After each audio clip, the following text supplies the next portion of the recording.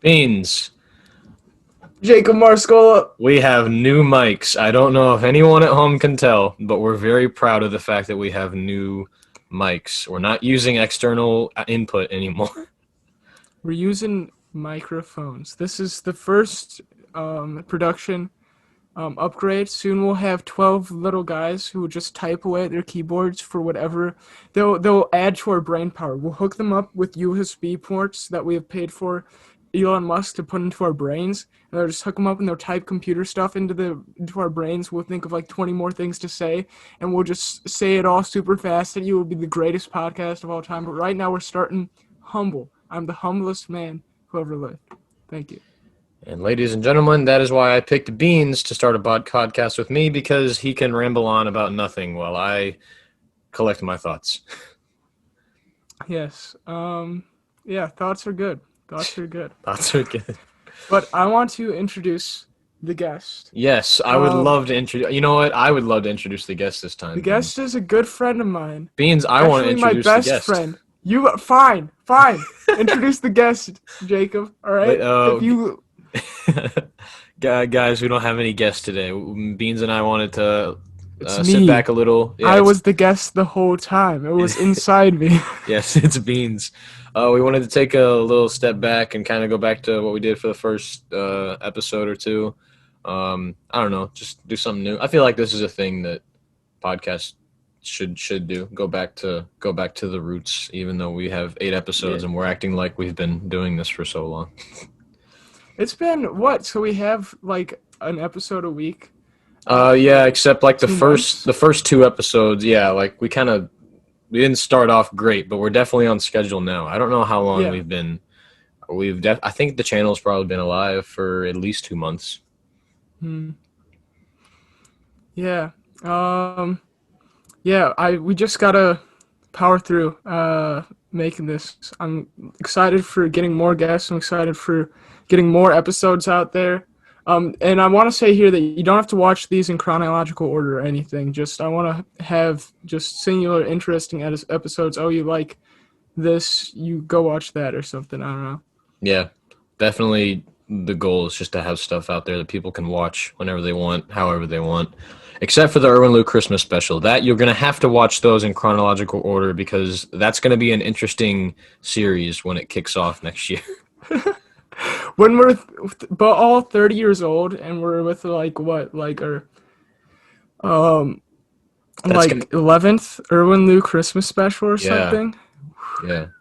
Man. That'll be sick. That'll be kind of cool. Yeah. Imagine if we did keep this running. Like, where do you think it'll be in 10 years? We're like on opposite ends of the country, but I think we still do it. Yeah, that would be sick. I think maybe it might end up being to where it's not like as weekly as we want. I don't know. Stuff like that gets away from anyone when they like go to college, get a job, get a life. I mean, definitely. But I mean, this isn't much effort as I would have thought it would have been. It's honestly easy to keep this kind of maintained and do everything that it entails. It's honestly not hard. I think if once we are able to maybe spread out the work that every episode needs and that the whole podcast needs, definitely something we can do for a long, long time. Yeah. So was that a shot? What? For doing no work? No, not at all, bro. That wasn't a shot at you for. I didn't specify that I am the only one doing the work. As long as we spread out the work. I am the only one that does the editing. Please help. Beans is holding me captive. I'm supposed to be doing all the work where he's not doing anything. He's just keeping me held captive. Please help. Yeah. Shoot. Now I'm thinking about like potential guests we have, and like, I almost want to save some people for like, I don't know, over the summer when we have a little bit more free reign and stuff, but I don't know. Yeah, I think, and especially with like maybe certain times and just, maybe like super anticipated guests. Because I was thinking the other day, I was like, what if all of a sudden people were like, get Mr. Kennedy on? And I was like, well, that needs to be a thing that we make you wait for. And yeah, that needs to be, it's a big deal. And it's like, well, that's a thing that we're going to have to make you wait for there. I mean, I would really like to have Mr. Kennedy on. That would be an interesting episode, I think. Yeah, that would be a really cool episode. Yeah. Uh, I just I wanted to it was a very interesting time before I came down here to my room to start prepping for this episode. We were busy taking down a lot of our Christmas stuff, and we took down the tree, took down a bunch of stuff. I don't know if anyone listening right now is doing that right now with their Christmas decorations, but I was trying to think like. People are always like, "Oh, that's such a sad time when you take down your Christmas decorations." And I was like, "Yeah, it's kind of sad, but also it's like interestingly satisfying to just we clean the house of all this stuff that doesn't need to be here anymore, even though I miss Christmas. And it's kind of an odd, kind of mellow feeling whenever you do it. yeah, I don't know if my family has the same reaction to taking down Christmas lights, just because so my dad has this philosophy where it's like, we have winter lights. All right, so he takes down like the stuff specifically pertaining to Christmas since that's over, but he still has a bunch of lights up because winter's just so dark and foreboding that he just wants to have a little bit of light during the night. Winter lights, Yeah. that's a cool concept. I never thought of that. Yeah, and then we'll have like our tree sometimes just sits in the yard forever. So, Yeah, that's you definitely going to know, happen with us because we just threw it out in the yard after we took it out of the stand, and now it's just gonna sit there for like three. yeah, I remember just looking out and seeing a giant lump of snow and being like, "Oh, that's my tree. That's it's just a giant lump of snow because it got covered in snow."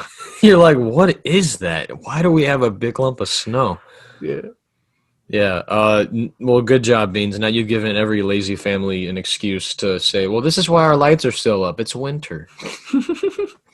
Yeah, that's fair. I don't know. Yeah, you don't have to do it, but you don't have to not do it. That's a that is true. There are two choices there: do it or not do it. That is the question. That is the question. There's a actually I wanted to mention because there's a it's a like a we've been living in this house that we've been living in for I don't know for how long, but it's definitely the majority of the time that we've been living in South Bend. And there's this one house that like if like I live by like that Erskine Village area where like AMC is kind of close to it. But if you're driving from that area down to where my house is, you pass this house. And I swear, since we've moved to our house that we're living in right now, this house has had the same skeleton from Halloween on the roof since we've moved here. And every year they just like put a little Santa hat or like maybe they'll put like Easter eggs just to keep it there. I don't know if it's sheer laziness or if it's just commitment to the bit, but it's really interesting because I drive by like almost every day and I see it and I'm like, oh, it's still there. That's nice. Yeah, if you love that skeleton man, you can keep him up there. I'm not gonna stop you, dude. Yeah, it's really. At first, we were like, man, they're lazy. They haven't even taken their Halloween decorations down. And then a year later, we suddenly realized, wait, they never took it down, and it's Halloween, so it's just there now. And then we saw like a little Santa hat on it the following Christmas, and it was really weird. But props to you for doing something different. This is something that a lot of people freak out about is when you celebrate holidays. Like there's the whole "oh, it's too early for Christmas" thing that happens every year. Um, and you know what? I mean, I don't really go bananas for Christmas or anything, but like some people like really take it to heart and they really like start like giving to charity more during that time and stuff. And so, like, I don't know, we shouldn't really dictate like when you can and can't start celebrating Christmas to people. Like, obviously, there's the like real religious holiday, but outside of that, like, yeah, I put forward the notion that we should just be a little bit more cavalier with the way we celebrate Christmas. A little bit less all stricty. Yeah, Just that's maybe a keep them winter lights up. yeah, That's that's all a I'm good saying. point. All right, don't attack me. This is all just defense. I'm a selfish man. All right. No, yeah, it's a good point. I mean, and for any holidays too, like specifically the ones that you decorate for. Like I remember back when we lived in Houston, we would decorate for Halloween a little bit early just because I really liked Halloween at the time. And Mm. I would be like, "You guys get your Halloween decorations up yet?" And they were like, "Dude, it's not even October yet." And I was like, "Well, I want to get my Halloween decorations up." So yeah, for any holiday, if you want to decorate 5 months in advance, go ahead and do that. Just be prepared for criticism. Just open yourself up to that because people are going to think it's strange. But you do you. Do you want to hear about my Halloween traditions, or do we save that for the Halloween episode? Ooh, I don't know. Give us one. We'll give them a little This one, sneak it's peek. it's like literally. All right, I'll just give you one tiny one, but like there's a just a big one. But the tiny one is eating chili every Halloween. Chili made by my grandmother. It's amazing. Chili on Halloween or Mm. just like during the month of October. On Halloween, we go Huh. over to my grandma's and we have some chili because our neighborhood doesn't have any people that trick or treat because it's an old person neighborhood for some reason. I don't know. There are just a lot of old people here. So we go to my grandma's because, she has kids in the neighborhood. Which is ironic that my That you, grandma. yeah. Just tell her to move. To be like, you take our We should house. switch. Let's go to? Can we come to your neighborhood because I'm tired of not having a Halloween. Yeah, that's a great idea, actually. I think the No. biggest part with our like when we celebrate Halloween, we're talking about Halloween. It's January, but when we sell or when Halloween comes around for our house, no one comes up to our house, even like not during this COVID pandemic. Like in previous years, people didn't come up just because our driveway is super long and no one because you have to walk up the driveway and then like kind of circle backwards on our little walkway, so it seems like so much effort, and I think everyone just looks and they're like, nah, we'll go next year maybe. Bro, you are missing some potential, Marscola. I'm gonna be honest. I wish I could have All right, scheduled now I have to tell you what happens. okay. So on Halloween we scare people. We like we rake up a bunch of leaves and hide people in them, and have them jump out and stuff and jump out of trash cans.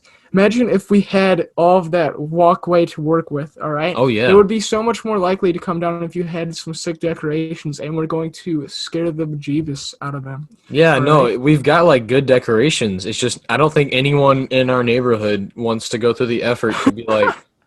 Although if there was like maybe like fog, like we get a fog machine, and maybe there's like creepy music, definitely I think there's some potential there. This can this be a meme now? Like, no, I'm not going in there. All right, maybe if there's like a Okay, fog maybe machine, though. there's a fog machine.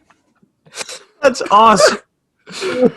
Yo, dude, will you go to my birthday party? Nah, Okay, is there gonna be a maybe if fog there's machine? It's like, dude, can you come to my birthday party? We're gonna have an ice cream cake. It's gonna have like 5 flavors. I don't care. We're gonna have a fog machine. I'm definitely there. Yo, dude, will you come to my cousin's funeral? I don't even know your cousin. Fog machine, dude, fog Oh. machine.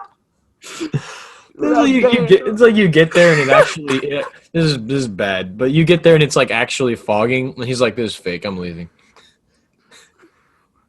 He's like, "This isn't Yeah, fake. just This isn't a leave. fog machine. This is real fog. I don't like it."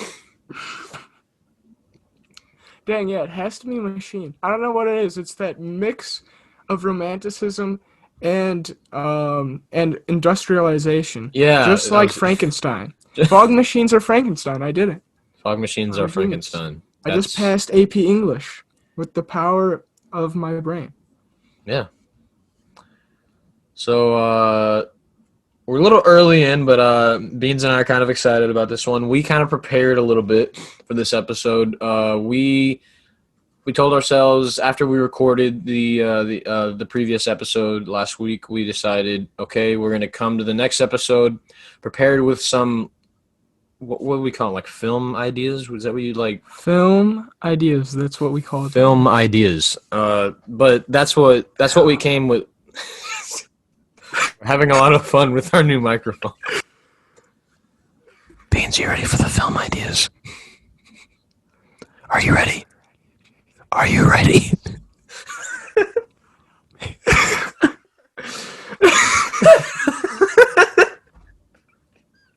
Oh my god. You should have never gotten us to this point. You should have boycotted our YouTube channel. You fools. Look at what you've created. I am Ozymandias, king of kings. Look on my works, ye mighty and despair. Do Yeah, I I get to don't say know. that into a cool mic? Yep, How many of you guys get to quote get the whoever cool wrote that in a poem? cool mic. But anyway, back to what we were talking about. um, we Beans and I have prepared just like quick little ideas for like films because we're like I don't know why. I feel like we both kind of have that like knack in us that like I want to like write something. Maybe it's a book, maybe it's a film. I write a lot of film ideas, but I know Beans is also a good writer too, so that's why I proposed this idea for today's episode. Beans, would you like to go first in introducing and All talking right, about your all right. idea? So Jacob's not heard this idea. Now he introduced me as a writer guy, but I'm going to be stealing, plagiarizing from reality. That's right. I'm doing a biopic on none other than the illustrious Dennis Nolan, my grandfather. Whoa. Of course, like we don't have the money to make films, so I was just assuming that we don't have the other resources. So I'm probably like gonna wait until he dies before I make this hypothetically because I don't know. I don't know if I want to have the full story of Dennis Nolan or if I have enough because I don't really know if I have an ending picked out yet. But there are just so many. He's really good at like creating a scene. Like I don't know how else to tell you this, but like just to give demonstrations. Like he'll find a ring. They were all looking for this somebody's like engagement ring or something. And then he was like, here's how he tells the story. He was like, I lifted up the cushion on this chair and it just fell into my hand.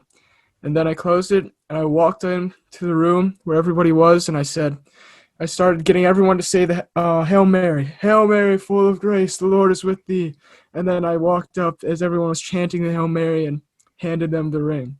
Like Whoa. he's just such a like dramatic kind of guy that you want to So make movies of these scenes. you kind of want to like I mean that's an interesting I like films that do that that like take a person who would be good at making a film and then making a film about them. It makes for like so many layers Hmm. of entertainment. That's an interesting idea. So like is there a other than I mean it's a good story. That's an interesting story. Is there like any particular like maybe climactic moment that you're going to have in this biopic cuz a lot of biopics like kind of do that. Yeah, so that's the tough part is finding like a climactic moment because um like I'd have to figure out if I'm making like a statement about his character or something. But it definitely even like start off with him being a kid and kind of showing like I think it'll be like somebody talked about how Speed Racer is like the portrait of a young man as a hero or something because it shows all of the things that build into someone being a hero. Mhm. And I kind of want to show just all of the things that build into someone being Dennis Nolan and kind of take you through like the beginning of his life growing up on a ranch and then like kind of because he has a really it's his relationships with other people that get interesting like his father was a big like politics guy. He would always have the news on but then my grandpa started to like stray from news. He started getting more religious. And like then he grew up and now he was like working at like St. Joseph High School. And he talks about how he would win like the students would vote him every year for some award, but like he said that he didn't really think the faculty liked him that much. So he kind of has a lot of like strange conflicts that I would like to highlight. Um, and yeah, yeah, outside of that, just yeah, a real, and then especially I would like to start highlighting his relationship with his children because like he moves out to South Bend and he's kind of alone. And then yeah, he meets my grandmother because he's at Saint Notre Dame, so he's at Notre Dame. Doesn't even own a house at South Bend, Bow River. And so he meets my grandmother and then he starts this big family of the Nolans and kind of just watching them like sit around and talk. It reminds me of those like gangster movies, just the way that they have like it's not like they're gangsters It's but kind of the like way that they're the very in your banter. face people. It's It's the the same banter, energy. the Yeah. kind of like the you feel like kind of a not like mean intimidation, but you're kind of talking like it's kind of like serious and intense when you're talking. Yeah, it can get serious and intense, and that's one of the interesting things. And so, yeah, they care very much about what they're saying all the time, and that's what makes it entertaining just to be in that environment. So I'd like to catch him just like talking to, um, like some of his sons and stuff. But that would be the tough part, is that I almost want to have real life images of him, because I don't know if there's anyone who could even play like what emotion you just see in him. Like, I don't know, sometimes he just gets this look in his eye and you're just like, I don't know how to describe it. I don't know if anybody else. I mean, that's the Yeah. the difficulty and the problem that comes up when you're making something like that.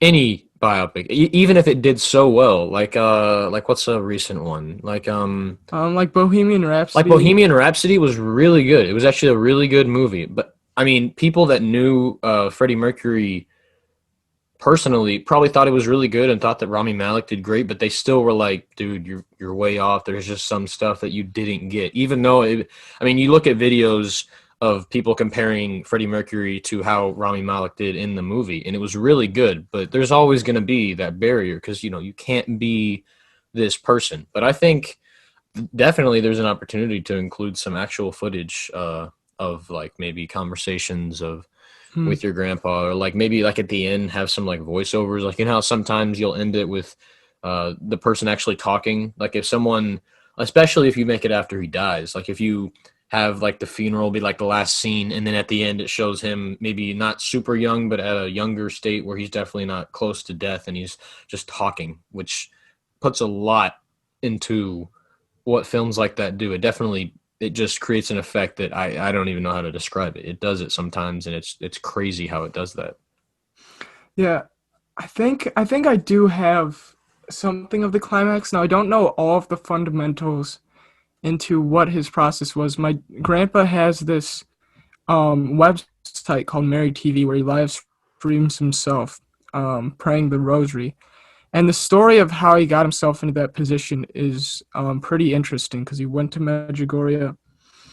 There are these Marian apparitions there.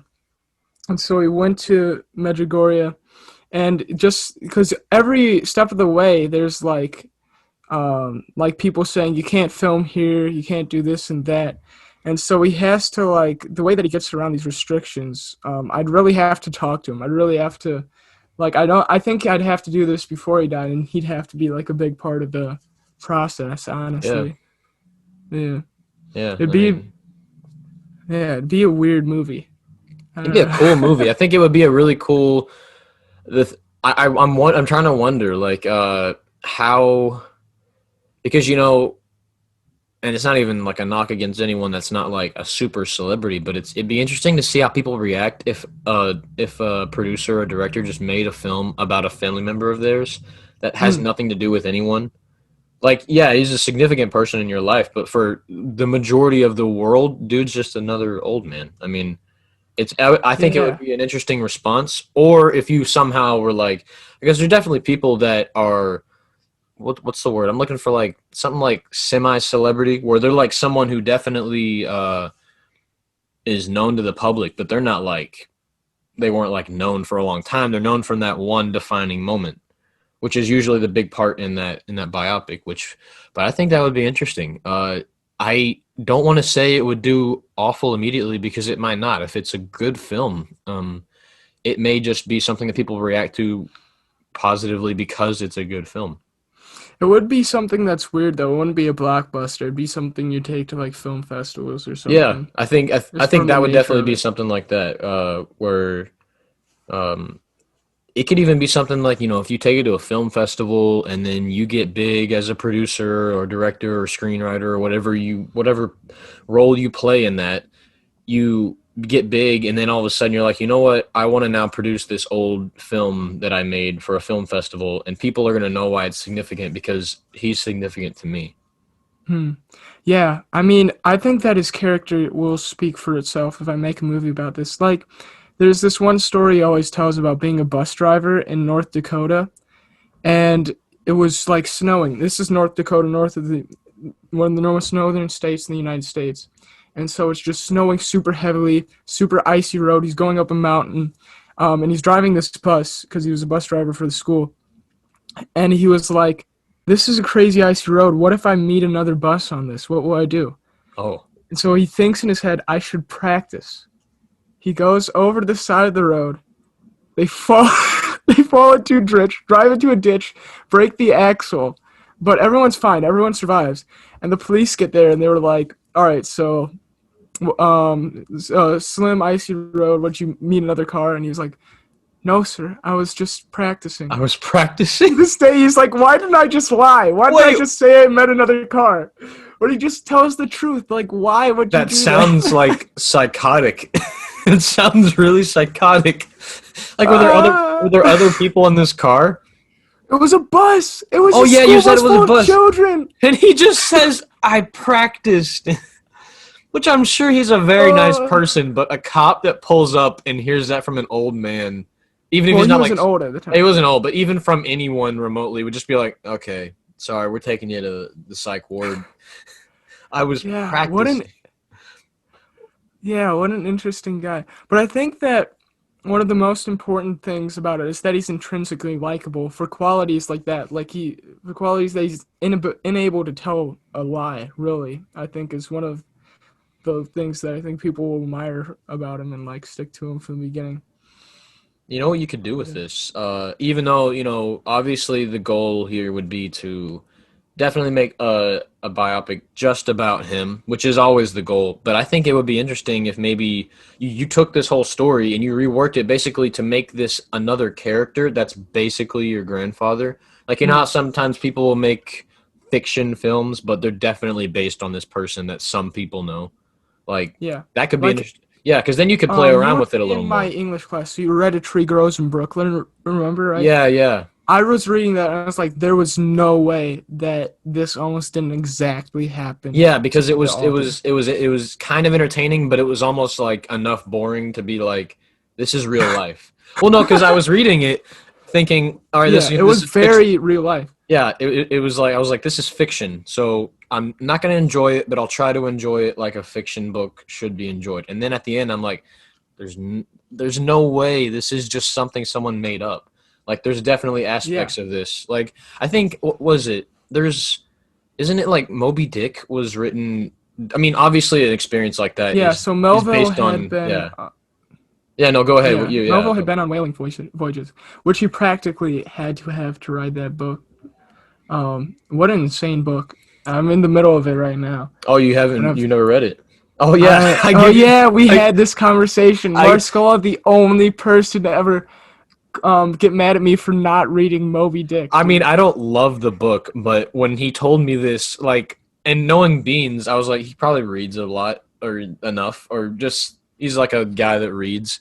But he told me this in like sophomore year, and I was like, dude, you've never read that? My mom made me read it in fifth grade. It's not, and I wasn't saying like, oh, you're waiting to read this because it's a challenging book for you, but I was like, it's not even that challenging of a book. You'll probably enjoy it. Of What course, I that read book? this. It is challenging. I read this in fifth grade, thinking this is a cool whale story, but it's definitely not just a whale story. It's definitely one of the most complex books I've ever written. You get that classic because we read that one short story in O'Brien's class called Bartleby the Scrivener, and one of Mm, the key elements of that story is Melville's writing, which is that Melville will use double negatives a lot. He'll use this very like laborious writing sometimes. So you get that classic, just like laborious writing from Melville. He'll make references that I guarantee you will not understand. And so you just got to keep on going through. Yeah, so there are just going to be sentences you don't understand. yeah. Even like the Um, best scholars sometimes are like, I don't get this, but I'm gonna like try to analyze it as much as I can. But yeah, but that there, was like a Beans reading Moby Dick now made me laugh because I've given him as a joke so much crap for not having read Moby Dick. But then he would ask around and be like, "Have you read Moby Dick?" to someone else, and they'd be like, "No," and then he would laugh at me for being the only person that's ever read Moby Dick. yeah, but there are Moby Dick also has like the most quotables of any book I've ever read. Yeah, Like he said, like who is it? Captain Ahab was trying to control Starbuck, and he said he only had control of Starbuck's intellect, and the spirit is as big in so and but not the spirit, and so the spirit of Starbuck is as big as compared to the intellect is like trying to control somebody's strength but not their intellect. And so it's like you kind of see these giant like I don't know, circles of man, of like being, and it's kind of like weird how he puts it. Yeah. I don't know. Yeah, that's weird. I'm Um, geeking out over Moby Dick. I'm sorry. Let's go on to Marscola's film idea. Mine's you definitely threw me off because I was not expecting you to have like such a genuine like really. I mean, I was expecting you to have a good film idea. I wasn't expecting it to be a biopic on your grandpa, uh, which is a Yeah, cool I don't idea. know. Mine is definitely very different. It's something that I had like thought of as soon as I mentioned this like kind of what we were gonna do for this episode last week, and I thought of it and I started building upon it. And there's not a lot you can say for it because the concept of the film uh, explains kind of the whole movie of how it would go. But before I introduce it, have you ever seen The Time Traveler's Wife? No, I've not. Do you know what it's about? No, So never heard of it. basically, if anyone out there has not heard of it either, I'll explain it briefly. I don't want to spoil it too much. But basically, it's called The Time Traveler's Wife because it centers around this quote unquote time traveler and his wife. But it but the whole deal is that this guy, the main character, who is actually not the time traveler's wife, it just happens to be the title of the film. But this time traveler technically isn't doing it on purpose. He, for some reason out of nowhere, develops this rare medical condition that literally no one else in history has ever had. Where I forget what he calls it. It's a really cool name. It's called no, it is cranial displacement. Hmm. And at like the age of 6, I don't want to mention too much of what happens, but basically at the age of 6, he develops this medical condition where his body, and his mind, like his whole self, will teleport out of the time and place he's in then, and just send him to a random place in his lifetime. Like it could be when he's an adult, it could be like anywhere. Like So so big Slaughterhouse 5 vibes. kind of like that, but it's definitely it's a little different, and it centers a lot around his relationship with his wife. But I mentioned that film because it kind of inspired what this is, because I thought of like what's another like weird medical condition that definitely doesn't exist. At least I don't think so. That would make an interesting film. So the title, I already got a title because I was really passionate about this idea. It's called Dweller. Hmm. So like a person who dwells. And it's called that because this film is about a man with a medical diagnosis of being dead in the body, in the lungs, in any organ, in the heartbeat, but still walks, talks, and appears to function as a regular human being. Hmm. Like you get what I mean? So Like imagine if he doesn't even look dead though, but like everything seems to like he should be dead. Everything on the inside, he has no pulse. He doesn't have to eat, and if he does, it doesn't affect him. But he's just living his life as this person that has this medical condition. all right, wait. I don't see how this plays itself out at all. I don't Well, like. no. So when I say this, basically all it would be is, like I said, just his kind of like what Time Traveler's Wife did. Just his life of being a person that has this would make the Hmm. whole film. I mean, his struggles, his what he believes he really is when he really isn't this. His actual like finding out, oh, this is a medical condition, and I'm not just weird or something like that. I Hmm. think I don't know. I thought it was an interesting idea, and it like throughout the film, maybe you see him, maybe like running into someone who ends up being like a love interest, but then all of a sudden they're like I don't know, they're just like chilling at home or something, like watching TV, and they like grab his arm and they don't feel anything, and they look over, but and the guy's staring at the TV and he looks kind of dead, but that's only their mind telling them that. And then they call 911 and the guy's like, what are you doing? They're like, you have no pulse, how are you talking? And then you go, oh, I'm dead. Hello. This is kind of insane, dude. Because like, what does it mean to be? So he just doesn't have a pulse. So I'm not going to claim that his medical But his condition is that brain still he's works. dead. His brain still works Yeah, fully. this is well the thing that's the weird thing. It's gonna be like it would be like in the film there's definitely an aspect of like showing his struggles and then going to like a doctor's point of view and seeing this guy's dead, but how is he here? His organs technically are not working. Everything is not working, but for some reason he seems to be working to everyone else and he feels like he's working to everyone else. And his brain is Hmm. working, but it shows that his brain's dead. Hmm. It's more of a film that doesn't leave you to question like, oh, why is this happening? Really, it's more of a film that would leave you to observe what is life like for a person who has this. This is so weird because, like, yeah, how would this impact your life? Besides people apparently just freaking out because you're dead. Well, yeah, I mean, how would you react if like you were just like sitting next to someone and you like felt their wrist and you're sitting there like you're thinking maybe I'm just not I feeling would the right check area. myself into a mental institution No, because dead people don't walk around. but the point is not to figure it out. The point is to show what happens externally. What It's not happens externally? Yeah, like it's to show like the reaction of other people and the relationships this person has. Hmm. All right. But just adding this, I mean, it's hard to talk about a film I think about that a we could guy. talk about something with like pain that he doesn't experience, with hunger that he doesn't experience, with thirst that he doesn't Mhm. experience, with like a lot of things. Like like I guess this isn't like, but like you said love interest, but he is dead. So Yeah, like so I I don't know was if he yeah, experiences those emotions as I well. think I don't I know. think maybe at least I mean, there's a lot of questions to ask about that. It's like, well, he thinks he's feeling love, but love is something about the brain, and the brain doesn't work. But technically, his brain is working because he's functioning. Um, I think a big part would be another like kind of interesting scene that I pictured in my head is someone's like maybe he's got like maybe he's able to have kids. Let's just assume. Let's just see. Maybe he's able to have All kids. right. Just for let's just humor me. Think this is possible for a minute. Or maybe they adopt or something. He has a kid All right. and his kid's like tapping him on the shoulder to like ask him a question but he doesn't feel it because he's dead. Maybe he doesn't have a sense of touch, but he can see and everything, but technically his nerves are dead, so he can't feel it. So he's like tapping on the shoulder, and maybe it's like something serious. Maybe his kid's got like I don't know, like his he's got like he like scraped himself and there's blood and he's just like dripping on the floor and he doesn't feel it. He doesn't realize this is happening.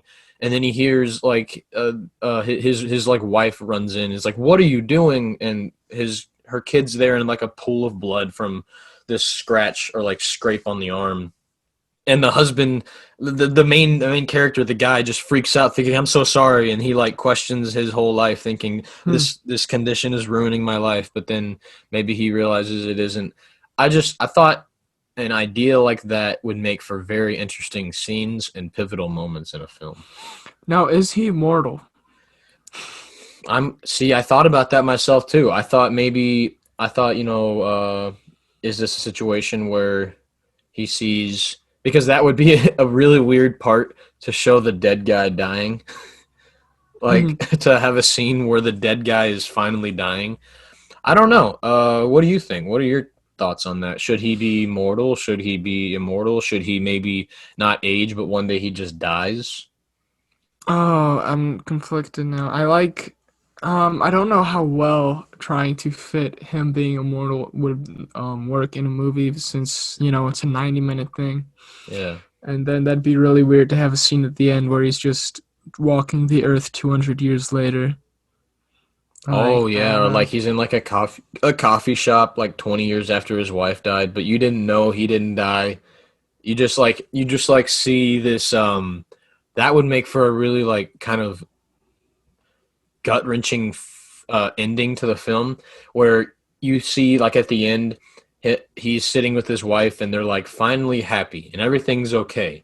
And then it says it at like after the credits maybe or maybe just immediately after it shows like 20 years later and someone's like walking into a coffee shop and he's still sitting there the same age having to experience life and his wife is clearly gone. You see this like really sad look on his face, and he's just like, I'm still here, and you thought everything was going to be okay, and then all of a sudden, oh, this guy still has to just dwell among people. Hmm. Yeah, that's kind of sad. Shoot. Yeah, I think that, I mean, I think the only reason that this made me really excited is because there's so many directions you could take a film like this. And it Yeah, might not this even be, was. it might not even be good, but it would make for one good scene, and that's all I care about. What is it? Somebody was talking about David Lynch that way. They were like, "There's always one, like eye of the duck thing." Oh, because like the duck, you can. It's hard to tell what it is, unless you have the eye. But if you have the eye of the duck, it's really easy to tell what it is, or something like that. And so that's his philosophy. So there's one scene in David Lynch films that matter more than all the other ones, apparently. I haven't seen any David Lynch, by the way, but I just heard this. I don't know from where. But anyways, so like, yeah, so that is kind of an interesting thing. Like there could be one scene, especially with this kind of idea where you can go so many directions that just really states like what you want the message to be through this movie and what you can learn from this guy being dead, and the rest are going to be you playing out different ideas that you could have with this guy. Yeah. I'm looking. Because I honestly, I couldn't remember if I've seen any because I don't know much of which ones he's made. I've seen a little bit of the Elephant Man, which is a. Hmm. Whew, have you ever heard of like what the Elephant Man is? No. So I think it's definitely based on it's just this guy that has like a disfigurement that makes his face basically like the size of an elephant. But he kind of turned it into like a drama kind of thing. It's got that I'm trying to remember what the name of the guy is. Yeah, this song, what you're talking about almost sounds like David Lynch is famous for making like super weird I stuff. mean, this is based on a real person. This actual person, Hmm. there's a person that had this, I'm pretty sure. His name was Joseph Merrick, I think. Yeah, Joseph Merrick had this like he was an Englishman known for having severe deformities. He was first exhibited at a freak show as the Elephant Man. Hmm. And then he went on to live at the London hospital after he met Frederick Trees, subsequently becoming well known in London society. I mean, you can look him up and see this picture. You've definitely probably seen this picture before. It's a very this like particular picture of him with his disfigurement and his hands are even kind of big. But yeah, but I have seen a little bit of that David Lynch film, but not much of others. Yeah, I have not seen this photo before. you have Holy not. smokes. Yeah, I know, but look at it. It's very. I mean, it's very interesting to look at and think, wow, that's real. I mean, Hmm. I can't imagine honestly anyone that has to deal with anything like that. I would I would hope you're able to turn that positive, but I wouldn't blame you if it's super hard to. I mean, living with something like that, I can't even imagine how you would have to deal with it. But anyone that does, I mean, props to you. That's stuff like that is like a whole new level of being separated from feeling like you're separated from society or even being separated from people in society. Yeah, that's a tough one. Jeez. I didn't know we'd be talking about deformity today. Yeah. Anyway, that was my film. My we're done with my film. Let's talk about this. yeah. And then I was just gonna say that isn't. I think David Lynch is most famous for directing Twin Peaks. Yeah, I haven't seen that. I haven't seen that either. I kind of want to. I feel like I definitely need to.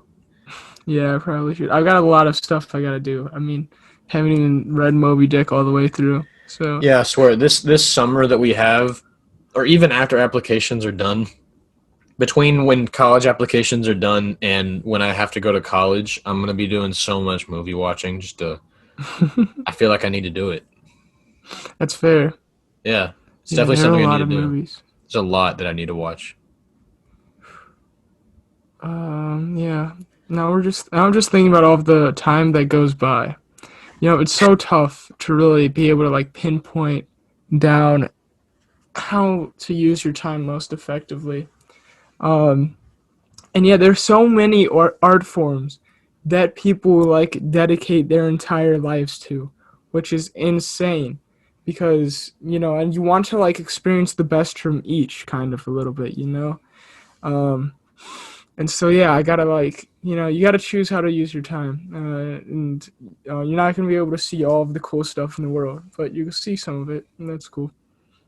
Yeah, that's wow. What a bomb you just dropped on me and the audience. I mean, he's I mean, right. most of y'all are not gonna read Moby Dick. Yeah, I don't know. You guys are Sure. going to be like top-notch scholars like me and Beans when he finishes his book. I don't know if you guys are going to get When I around to finish that. Moby Dick and have a million more IQ points, one for Yeah. every word in that book. I No, mean, I'm I joking. mean, I feel bad for you guys that are never going to around to that accomplishment, but you do as best as you can, and we'll be proud of you anyway. Yeah, we'll be proud. Yeah, Beanstalk is the proud parent for everyone. Dude, we're the dad of St. Joe. We're no, we're the dad of Saint Joe. Dude, we are, dog. Think No, about it. I don't think half of Saint Joe knows we exist. I asked Yeah. someone I asked someone in the halls that I saw after practice the other day. He was like, and I seriously was just like, I don't know. I was like, hey, you heard of Beanstalk? And they were like, definitely not. Yeah. So, I mean, we're not as famous as we would like to be, obviously. Shoot, should I start? Should I start, like, should I go hard? Squad, go hard I felt like I wanted to on the kind of. advertising campaigns? I don't know. We need to hire an advertiser. See, Yeah, the tough part is that, like, I don't want to be in people's faces. yeah. But Not as much as like, especially. I mean, like there's like the YouTuber stereotype where it's like promoting everything and telling everyone smash that. like and Yes. subscribe, guys. I don't know why all YouTubers are British, but I'm like Northern English right now. Please. See, now we're doing what we said we would not do. But there is I that remember. YouTube Wait, like all right. what no, I'm talking. I'm crying, dude. Why? I don't want to talk. Please let me speak. I have a voice, Scholar. I have a voice, and it's beautiful. But I was gonna say there's that YouTube stereotype that I definitely don't want to like get into, especially starting a channel that is not big at all. Like that's yeah, but I would like to try to get that out. I don't know, maybe we like whoever runs St. Joe Twitter, we ask them to like put it out there that we have Hmm. a podcast episode coming out. I mean, that would be kind of cool. Yeah, I just remember. Speaking of tongue smashing, like I just remember one of the first YouTubers I ever subscribed to, and they're like dead now, but not dead in real life. The channel's dead. But anyways, but they would just be like, we do it for the likes. And I was always like, why do they care about likes so much? And then I they were mean, like, it's funny because likes mean nothing. well, the thing is, maybe not for this person because I don't know if their channel is super big, but for some YouTubers, even though it's annoying to push that, that's their livelihood. I mean, that's their Yeah. job. Pushing And for likes, likes, yeah, yeah, their engagement, so it actually does help your yeah, channel. it does help. I mean, we're definitely not like that. This isn't our job right now. Who Yeah, knows? thank But God. yeah, Yeah, honestly, I don't know if I can imagine handle that. if this was my job, it'd be so interesting.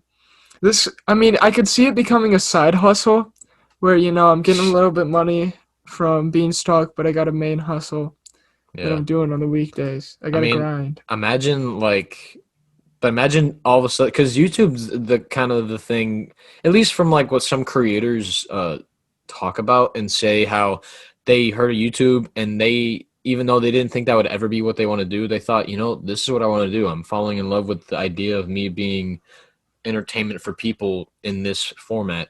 Imagine, I mean, like, I don't know if you've had like an idea or a dream of what you've wanted to do since you were like really little, but imagine like thinking that and then finding this thing called YouTube and thinking, I'm kind of good at this.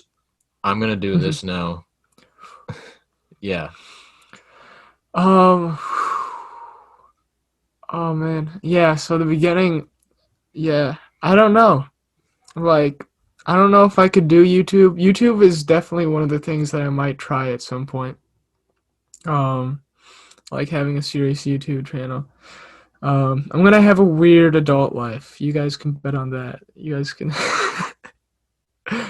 I don't know. I'm either gonna be a millionaire or I'm gonna have no money, dude. That's it. You know, You, that's going to be your thing in the yearbook. Most likely to succeed a lot or not succeed at all. that should be a thing, because there are some people, you know. Oh man, that scares me. I'm scared right now. Yeah, I think in terms of like the future and what you're saying, like I have no idea what it's going to be like and what we're going to have. That's such a thing that's on.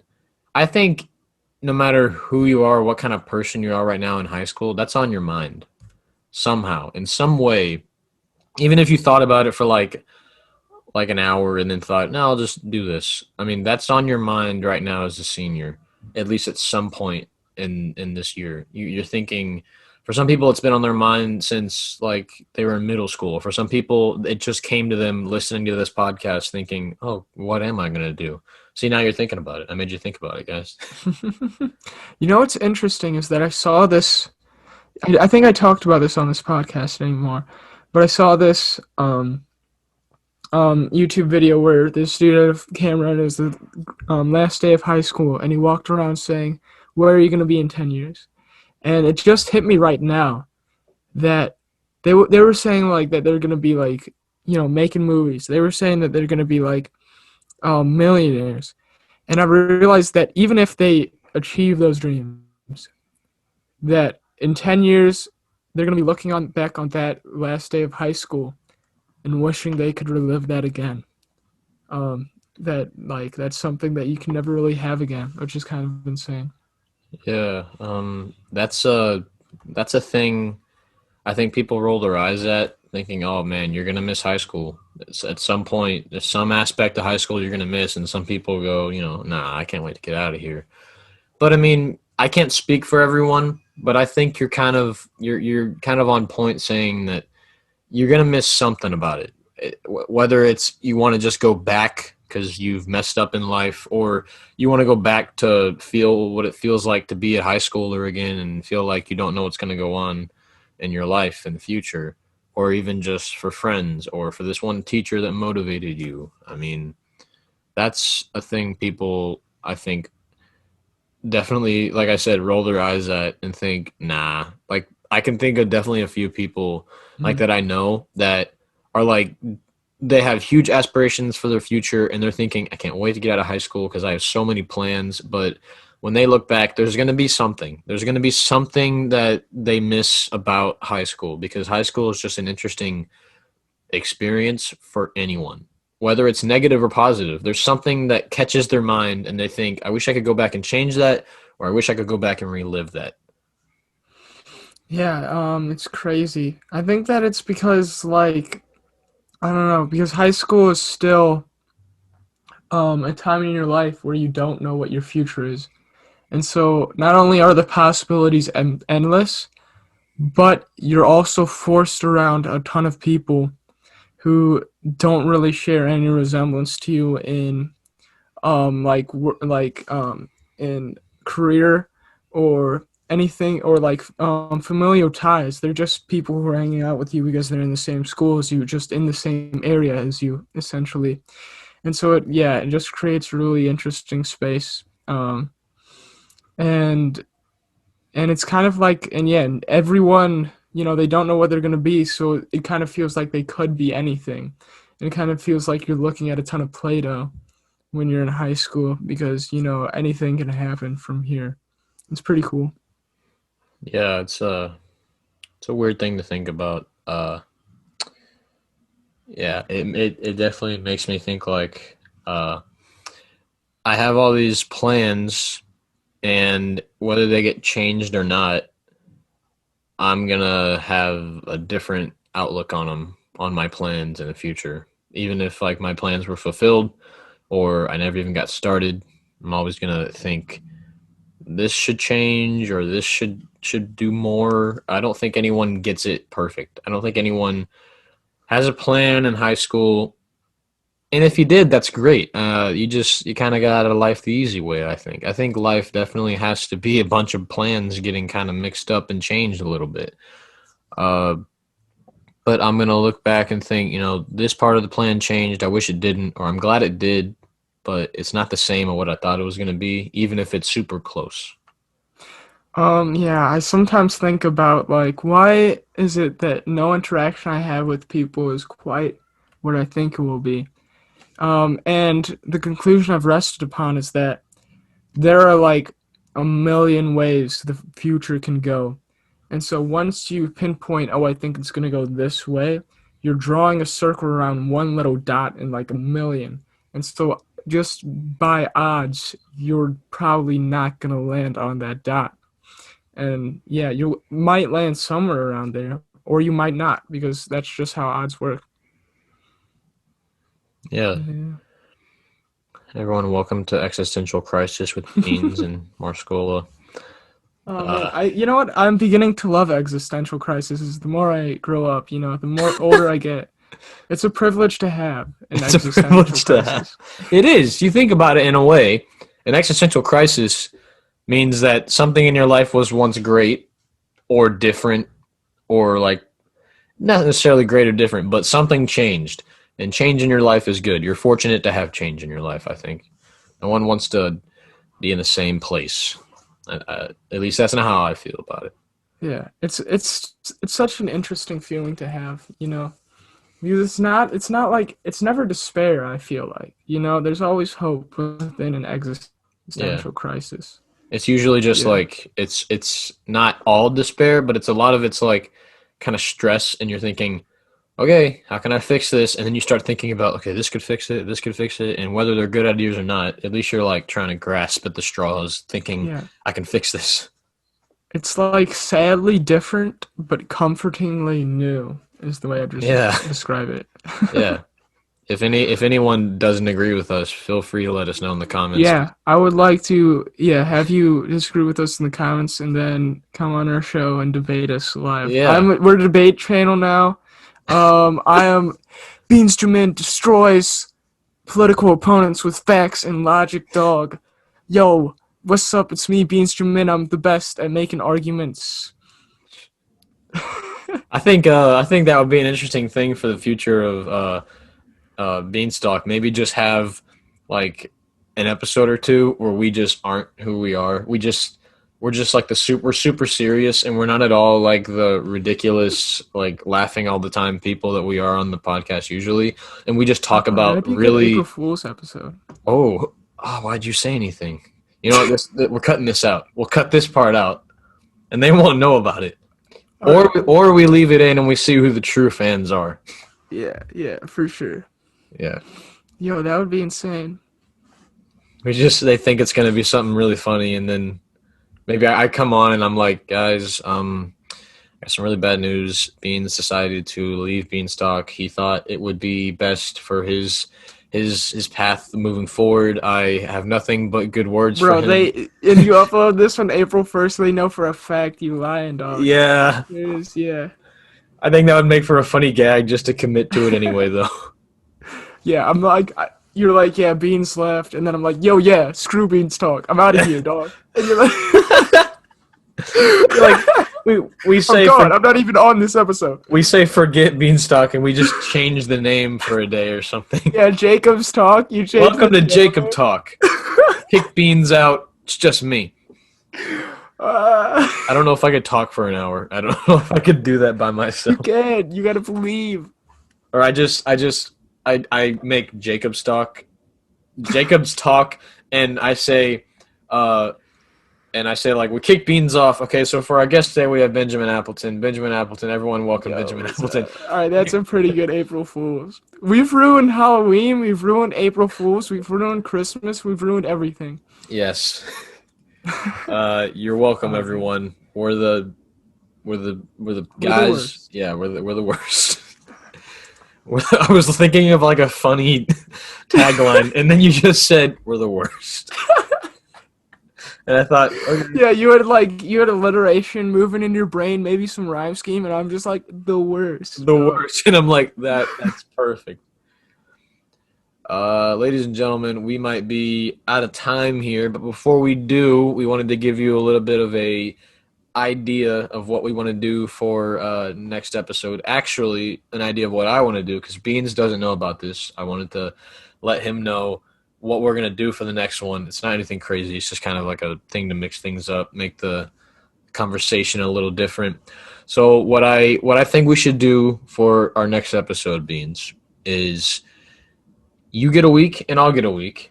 You come up with a guest and I come up with a guest, and we don't tell each other who the guest is, and we don't tell the guest who the other, like, what's going on. Or no, maybe we tell them what's going on. We just don't tell them who the other person is. So me and you will show up next week with a guest of each of our own that don't know who the other person is. This could make for funny conversation or really awkward interactions. This is actually a good idea. I think really this will make. like this. I think this will be interesting. This will kind of be a fun little experiment and see what if we just end up choosing the same person and they don't tell us and they pop on like, you have chosen me. So the tough part is that they haven't listened to this podcast, so they would assume that we both know. So unless we we just tell them not to tell. Yeah, no, we will. So when we log off here, and we post this episode right here, we'll already be thinking about it. Just get your guests lined up. I'll get my guests lined up. We'll bring them on. Whenever we'll try to schedule, but make sure whenever we schedule, we don't mention names. But we'll try to schedule it to where they can both get on. Probably when we record like Saturdays or something, and we'll just see what happens. We'll see if it's interesting or if it's not fun at all. All right, I'm hype. And I have a challenge for you, Beans. I want you. It can be a friend, but I want you to really look for a good guest. Like I want you to really. It doesn't even have to be someone you know. It probably would be better if it's someone you know, so you can introduce them a little better. But I want to challenge you to get someone just out of the blue. Someone that I would never expect. And I'll get someone that you would never expect. All right. Someone that Marscola would not expect. Yeah. Do they have to go to St. Joe? They don't. Just make sure to screen your guest. And I'll screen my guest. Right. We are a family-friendly channel. All right. Yeah. Family-friendly. I will keep that in mind. But anyway, that was, I don't know why we had to have that conversation on the episode, but we did. So yeah, that was weird. That's what we're gonna do for next episode, guys. So definitely that was a teaser. Yeah, it's a little teaser. Be sure to tune in next week and see who we got. See what happens. See what kind of conversation goes on. Preparing topics is definitely gonna be difficult for this, but we'll figure it out. So definitely tune in next week. Figure that out. Beans, take us out. Improv outro, please. Actually, hold on. Whoa. I want to mention, because I think it's evolved, and I'm actually proud of you that it's evolved. I had some people ask, like, why didn't the improv outro rhyme last time? And and I'm like, you know what? The improv outro doesn't have to rhyme. It rhymed the first time. It can rhyme whenever it wants to rhyme. It's its own thing. It's another animal. It's the improv outro is itself another member of the podcast. So just respect the improv outro. Third member, the mystery member. But it's like the Holy Spirit. It comes on me. Yeah, and he just does it. It happens. But yeah. So take us out with whatever you got. It doesn't have to rhyme. It can rhyme. It can be a poem. It can be one word. Go ahead. All right. We're getting ready to prove who's the best by bringing on our mystery guests. I didn't think that far, I confess, but now I'm not going to jest around because I got to stop clowning. Dang it, that was good. You were going so far, man. That was almost perfect. I tried so hard. That was good. That was really good. I think you needed that pep talk from me. That little, I did need that pep talk. That pep talk was definitely needed. So tune in next week. Thank you guys for listening in, and we'll see you next week.